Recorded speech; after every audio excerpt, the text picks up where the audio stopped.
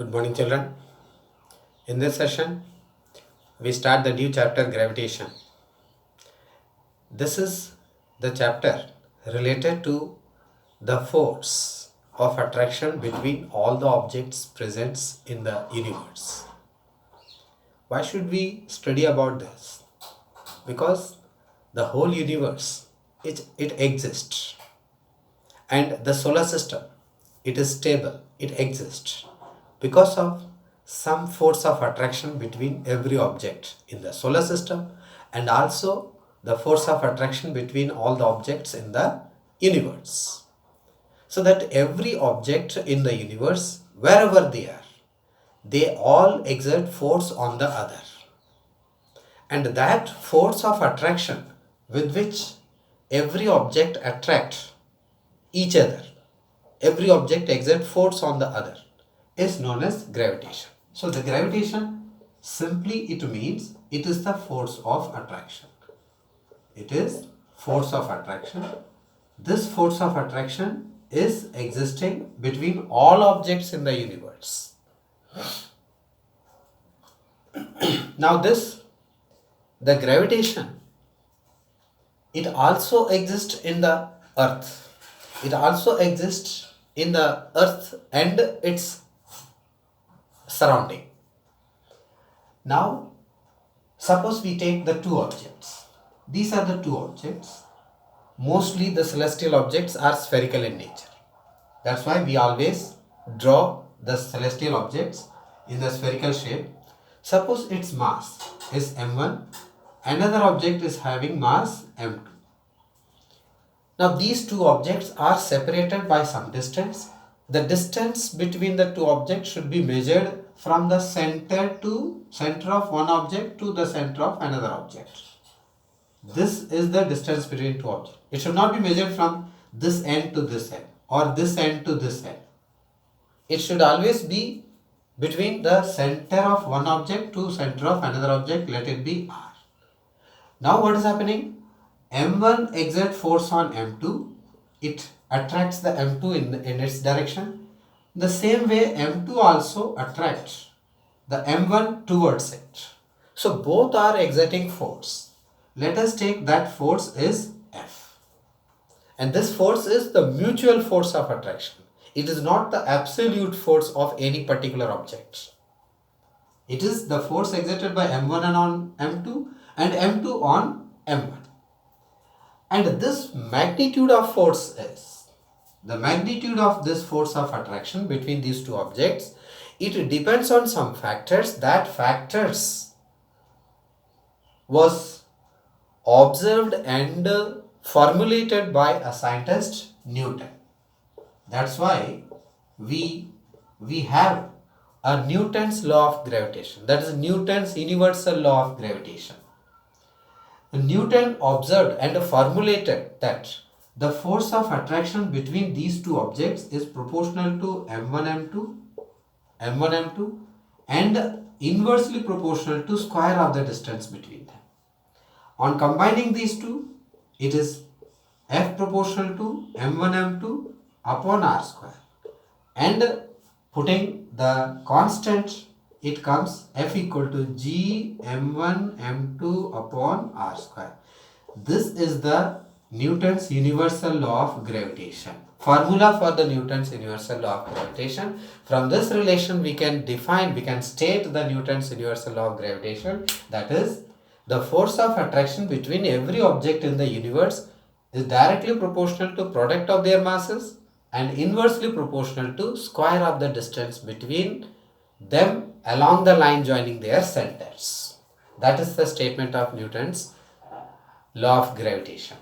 Now from this we got the formula. By this we can calculate the force of attraction between any two objects anywhere in the universe, whether the mass is small or large. Whatever be the mass, whatever be the distance between them, this force can be calculated. And from this, if we observe that force and the square of the distance are inversely proportional to each other, that means if we increase the distance between two objects, then the force of attraction decreases graphically. If we want to plot the graph between R and F, then it is inversely proportional. This is the graph we plot between distance between two objects and the force of attraction. Right. Now what this constant is placed in this formula? This constant is the universal gravitational constant. It is universal gravitational constant. Why we call it as universal gravitational constant? Because this is a physical quantity. The capital G is also the physical quantity having some constant value which is same throughout the universe. Therefore, we say it is universal gravitational constant. That is G. So, from this formula we can find the unit of G also. F R square upon M1 M2. M1 M2. So, from this Newton meter square and per kg square. That is the SI unit of capital G. SI unit of capital G, Newton meter square per kg square, and it is obtained from this formula. So, and the G, that is capital G, that is universal gravitational constant, is also having definite value, and that value was actually experimentally calculated. Its value was obtained from the experiment which was performed by a scientist Cavendish. Cavendish, name of the scientist who calculated the value of gravitational constant, and it comes that capital G equal to 6.67 into 10 power minus 11 Newton meter square per kg square. This is the value of the capital G, that is universal gravitational constant. It has to be used as it is. We should not simplify it. It is given because experimentally, after many experimental verification, the value is given, and the value of G is constant throughout the universe irrespective of direction. Therefore, we can say capital G is a scalar quantity. It is scalar quantity. In the first chapter, we described something about the scalar and vector. If a quantity having only magnitude is not depending on the direction, that is called a scalar. Here G is also same throughout the space and is same in all the direction. Therefore, we call it as scalar quantity. Right. So that is capital G. Then how can we define what the G is? We are saying it is gravitational constant, universal gravitational constant. How can we define it? Because if we want to know what is G, we said it is gravitational constant. What actually it means? From the formula also we can obtain what is G from F equal to G M1 M2 upon R square. If we take two objects, their mass is 1 kg and another object is also having the same mass 1 kg. So that means 1 kg objects are separated by distance 1 meter. Then we get F equal to G 1 into 1 upon 1 square. So F equal to G.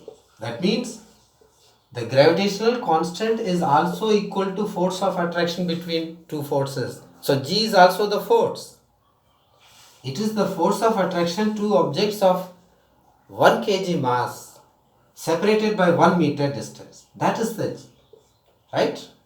So if we find the force of attraction between these two objects, F equal to, that is 6.67 into 10 power minus 11 Newton.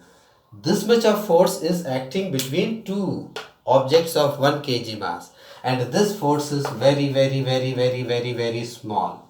That's why we do not feel any force of attraction between any two objects in front of us. Suppose I am standing, if some other person is standing, we are also attracting each other, but we don't feel it because that force of attraction is very less. It cannot be felt by us. Right. So that is the universal gravitational constant. So in this relation we have the mass and the distance between them.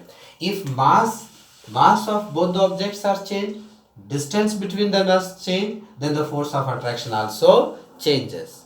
For example, if we take the mass of both the objects are doubled and the distance is halved.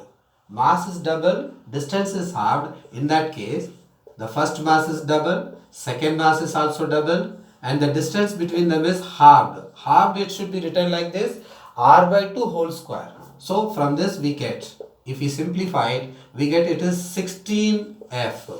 16F means 16 times the original force. This is the original force between M1 and M2. On changing their mass and distance between them, the force is changed. We say it is F dash. In that case, the force is increased by 16 times. This is how the force of attraction between two objects changes. Right. Now this gravitational force of attraction, that is gravitation, it has so much importance in our daily life also. In our daily life also, this gravitation has so much importance in our practical life.